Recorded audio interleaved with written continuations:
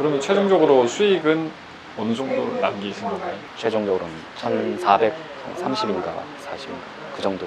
그러니까 이 물건을 낙찰은 3월 말쯤에 받았는데 4월 21일 날 잔금 납부를 하고 바로 비밀번호도 그날 받고요. 다음 날 가서 이제 문을 열어봤더니 베란다 타일이 이렇게 들떠가지고 막 일어나고 페인트가 이렇게 막 떨어지고 그 상태로 부동산에 내놨더니 바로 매도가 또 안 되더라고요. 한 몇 팀 봤는데 일주일 동안 공사를 그렇게 하고 5월 1일부터 다시 이제 부동산에 내놨거든요. 그래서 계약이 또 그 다음날에 5월 2일 날 그 매도 계약을 하고 4월 21일 날 잔금 납부하고 명도하고 5월 2일 날 매도 계약이 됐으니까 한 열흘 정도 걸렸는데 그 중에 한 일주일이 공사 기간이니까 공사 기간만 빼면은 뭐 2, 3일 만에 매도가 된 거죠. 변명을 하나 좀 하고 시작을 하기 전에 감사하게도 이제 빌리언 선생님께서 저한테 그 유튜브 한번 출연해 주시겠습니까? 라고 말씀을 주시길래 나도 뭐 좋은 경험이 될 것 같아서 예 해보겠습니다 하고 이제 나와서 유튜브 촬영을 했잖아요. 특히 사업자 얘기를 많이 했었는데 저는 평생 직장 생활만 하다가 이런 사업이란 걸 한 번도 해본 적이 없었거든요. 사업에 대해서는 전혀 진짜 시작하는 햇병아리인데 비용 공제에 대해서도 제가 얘기를 했더니 댓글로 누가 이제 또 지적을 해주셨잖아요. 저도 이제 처음 그거를 그때 또 배웠거든요. 그냥 일단은 시작하면서 뭐 하다가 막히는 거 있으면 배우고 그런 게 좀 있어가지고 좀 미흡합니다 제가. 그리고 아는 건데도 이 카메라 앞에 처음 서다 보니까 제가 긴장해서 말을 또 잘못하는 게 하나 있더라고요. 그 개인 같은 경우는 비용 공제를 받을 때 뭐 자본적 지출, 수익적 지출 중에서 자본적 지출만 공제받을 수 있습니다 라고 했어야 되는데 제가 수익적 지출만 공제받을 수 있습니다 라고 말을 했더라고요. 이건 진짜 내가 이제 아는 건데 또 영상 그 하는 거 보니까 내가 이렇게 말했구나 하면서 막 이불킥하고 진짜요? 오늘도 근데 그럴 수도 있을 것 같아요 제가. 그래서 이제 좀 깔아놓고 시작을 하려고 혹시나 또 내가 잘못된 정보를 이렇게 말씀을 드리면 제가 또 뭐 긴장해서 그런갑다라고 생각해 주시면 고마울 것 같고, 또 그런 건 이제 행금사에서 나중에 또 댓글 읽어주는 뭐 남자라든가 그것까지 보셨어요? 아니, 봤죠 당연히. 거기서 또 바로 잡아 주실 거라고 생각하고 그냥 편하게 하겠습니다. 다 아시는데 긴장되시니까 빌리언님도 그러시지 않아요? 네, 저는 항상 긴장돼요. 전혀 긴장이라고는 없는 것 같아요. 네, 안녕하세요. 행꿈사의 빌리언입니다. 오늘은 소액 투자자로 실전 사례를 말씀을 해주셔가지고 저희 행꿈사 카페에 소액 투자를 하시는 분들께 많은 희망을 주신 행무기님을 모셨습니다. 반갑습니다.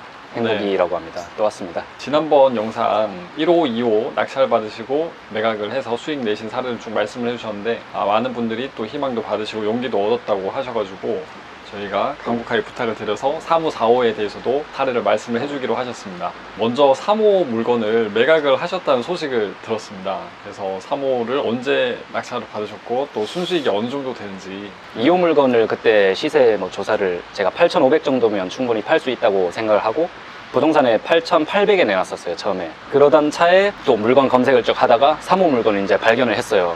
그래서 이거는 진짜 입찰을 꼭 하고 싶은데 2호가 어떻게 매도가 돼야 이거를 들어갈 수 있겠다라고 생각하면서 빨리 매도됐으면 좋겠다라고 하는 차에 부동산에 내놓은 지 이틀 만에 연락이 한 군데서 왔는데 8천만 원에 그 매도를 하면 당장 계약금을 주겠다는 분이 나타났어요. 근데 8,800에서 8,000이면 800만 원 차이가 뭐 어차피 한 2, 300 정도는 그 생각했던 금액이긴 하지만은 너무 좀 싸게 부른다 싶어서 평소 같았으면 그렇게 흥정을 할 수도 있겠는데 저는 그것보다는 이제 3호 물건이 더 중요하니까 이걸 빨리 매도 확정 지으면 3호 물건을 입찰을 할 수가 있으니까, 그리고 또 앞에 물건에서 2호에서 생각지도 못한 그 월세 300만 원도 받았으니까 그것도 뭐 수익이라 생각하면 그 합치면은 뭐 생각했던 만큼은 되겠다 싶어서 그냥 1, 200만 원 더 흥정 그냥 안 하고 알겠다 하고 8천에 매도를 하고 이제 3호 물건을 발견을 해서 그렇게 입찰을 하게 됐습니다. 그러니까 경매를 보통 뭐 시작할 때 초보자들은 저도 마찬가지고 본인이 이제 알고 있는 지역부터 검색을 해보고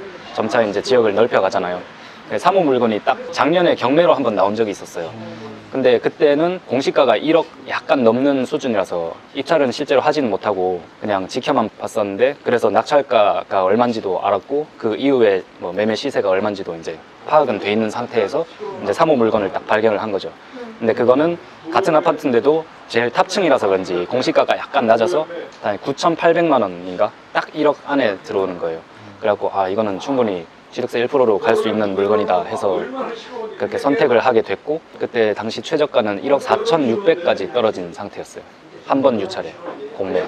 근데 물건을 보통 딱 나오면 바로 임장을 가서 조사를 하는 게 아니라 일단 집에서 최대한 뭐 컴퓨터나 전화로 알아볼 수 있는 거는 다 조사를 해놓고 임장을 가서는 마지막에 그 조사한 거를 확인하는 차원으로만 이제 보통 가게 되잖아요. 네.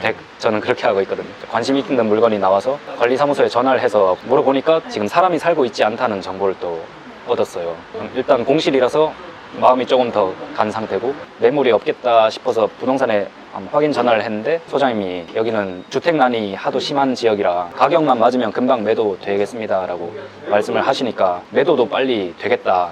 근데 중요한 거는 이제 금액이 적당해야 이제 입찰을 들어갈 텐데 수익이 약간 좀 애매하긴 했어요. 실거래가보다는 당연히 낮긴 한데 많이 차이 나진 않고, 물건 상태가 어떤지 경매 공매는 잘 모르니까 어쨌든 그 안전 마진을 생각하고 입찰을 해야 되는 거라서 한 번 더 유찰해도 되겠다라고 판단을 해서 그냥 다음 입찰 기일을 이제 달력에다 저장을 해놓고 신경을 일단 끄고 있었어요. 그 입찰 공매는 월, 화, 수요일 3일 동안 입찰을 하는데 그 주에 목요일에 원래는 약속이 있었어요.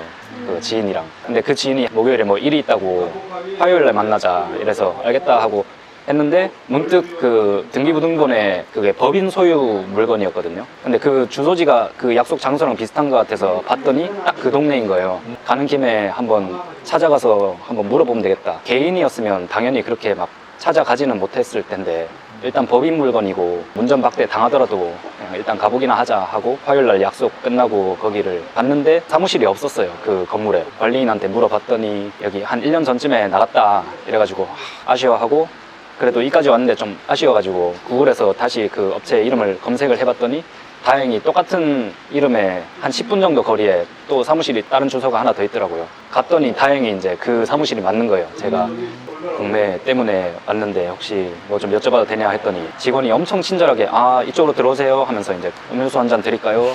커피도 주고 이것 때문에 왔다 뭐 했더니 물건 상태는 어떠냐, 임차인이 누가 살고 있었는데 언제 나갔고 미납관리비가 지금 얼마고 그런 걸 다 알려주시더라고요. 심지어 제일 중요한 거는 그러면 제가 낙찰을 받으면 비밀번호는 바로 알려줄 수 있습니까 하니까 낙찰 받고 잔금 납부했다는 그 서류만 주시면 바로 비밀번호도 알려드리겠습니다 했더니 이제 감사합니다 하고 나오는 길에 이제 더 복잡해진 거죠. 종합해보면 공실인데다가 비밀번호도 바로 알려주시겠다 하니까, 그리고 부동산에서도 빨리 매도가 될 것 같다 하고 실제로 제가 조사한 바로도 그렇고 공시가 1억 이하니까 실수요가 아니라 저 같은 투자자도 들어올 수도 있겠다라는 또 생각이 드는 거예요. 그래서 원래는 다음 입찰 기일에 조금 더 유찰됐을 때 더 싸게 받을 생각을 하고 있었는데 지금까지 조사했던 이런 거를 생각해보니까 그 수익을 조금 포기하고 낮추더라도 차라리 경쟁자 없을 때 들어가는 게 훨씬 더 안전하겠다 싶어서 그 다음날 바로 입찰을 했습니다. 최저가에 하면 또 그 예의가 어긋나니까 약간 높게 써서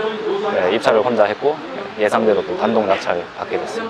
물건을 낙찰을 저희 받으시기 전부터 명도를 끝낸 상태에서 네, 거의 그렇죠. 네. 받으신 것이네요. 네, 됐습니다. 그러면 1억 4,700만 원대면 공시 가격이 1억 원 이하여서 네. 취득세 중간 안 되지만 네, 1호, 2호에 하셨던 물건보다는 조금은 금액이 있는 것 같습니다. 네, 그렇죠. 그러면 대출을 하셨을 것 같은데 네. 대출은 어떻게? 대출도 그 선생님한테 수업 시간에 받았던 뭐 대출 상담사들한테도 다 연락하고, 저는 이제 단기로만 쓸 거기 때문에 이율이 좀 높더라도 중도산한 수수료가 최대한 낮은 게 더 유리하더라고요. 그런데 한 군데 그냥 골라서 그때 7,200만 원까지 나온다 해서 7,200만 원 대출하고 나머지는 이제 1호, 2호에서 얻은 그 수익이랑 합쳐서 잔금 납부했습니다. 이미 1호, 2호에서 수익을 내셨고 그 다음에 기존에 가지고 계시던 투자금이 있으셔가지고 거기에 더해가지고 7천만 원 대출 받으신 걸로 잔금 납부를 완료를 하신 것이네요. 그러면 최종적으로 수익은 어느 정도 남기신 건가요? 최종적으로는 1,430인가 40인가 그 정도. 낙찰을 받으시고 나서 실제로 매매 계약서까지 작성하시는데 되게 짧게 시간이 걸렸다고 말씀을 들었습니다. 그러니까 이 물건을 낙찰은 3월 말쯤에 받았는데 4월 21일 날 잔금 납부를 하고 바로 비밀번호도 그날 받고요. 다음 날 가서 이제 문을 열어봤더니 이게 공실로 6개월 동안 있다 보니까 전반적으로는 괜찮은데 베란다 타일이 이렇게 들떠가지고 막 일어나고 페인트가 이렇게 막 떨어지고 그 상태로 부동산에 내놨더니 집을 보러 오시는 분들이 이제 여기가 너무 관리가 안 된다고 느꼈는지 바로 매도가 또 안 되더라고요. 한 몇 팀 봤는데 내가 직접 눈으로 봐도 아 여기는 진짜 수리가 좀 해야 매도가 되겠다라고 생각이 돼가지고 그 아까 말했던 베란다 타일이랑 벽 그거 페인트 작업 다시 하고 도배장판까지 해가지고 일주일 동안 공사를 그렇게 하고 5월 1일부터 다시 이제 부동산에 내놨거든요. 그래서 계약이 또 그 다음날에 5월 2일 날 그 매도 계약을 그래서 4월 21일 날 잔금 납부하고 명도하고 5월 2일 날 매도 계약이 됐으니까 한 열흘 정도 걸렸는데 그 중에 한 일주일이 공사 기간이니까 공사 기간만 빼면은 뭐 2, 3일 만에 매도가 된 거죠. 낙찰 받으신 것만으로도 생각을 하셔도 엄청 단기에 매도를 하셨고 그 다음에 또 잔금 납부하시고 나서 뭐 채 10일도 안 돼서 네. 매각을 하신 거니까 네. 정말 엄청나신 것 같습니다. 이렇게 단기 매도를 하실 때는 사전에 좀 수요가 확실한 곳을 찾으셔가지고 투자를 좀 하시는 것이요. 뭐 그러고 싶고 또 여태까지는 운이 좋게 그렇게 됐는데 요새도 계속 찾고 있긴 한데 많은 것 같진 않습니다. 단기 매도를 하시는 데 있어서 공유해 주실 수 있는 팁이 있으시면 말씀을 부탁드립니다. 이거는 그냥 진짜 싸면은 어떻게든 나가니까 비슷한 컨디션에 경쟁 물건이 많으면 그것보다 월등하게 싸야지 금방 팔릴 거고 그러니까 입찰을 할 때부터 그런 걸 충분히 계산을 해서 최대한 저렴하게 보수적으로 수익을 생각하고 낙찰을 받아야 따로 그런 노하우가 아니라서 다들 그냥 그렇게 하지 않을까. 그 1억 7천에 또 매도를 올렸는데 이것도 좀 많이 깎아줬습니다. 93년생 신혼부부가 너무 막 간절하게 부탁하기도 하고 네. 저도 뭐 어차피 욕심 많이 안 내고 이 정도 수익이면 됐다 해서 최종적으로는 그 600만 원을 깎아가지고 1억 6,400만 원에 매도를 했습니다. 예, 최종적으로는 1,430만 원 수익이 남으신 거니까 이거 낙찰 받으시고 나서 거의 2달도 안 된 시점에 1,000만 원 이상의 수익이 남아갈 수 있는 케이스입니다. 그 다음에 또 이제 지금 곧바로 낙찰 받으신 4호 물건 사례를 여쭤드려 보겠습니다.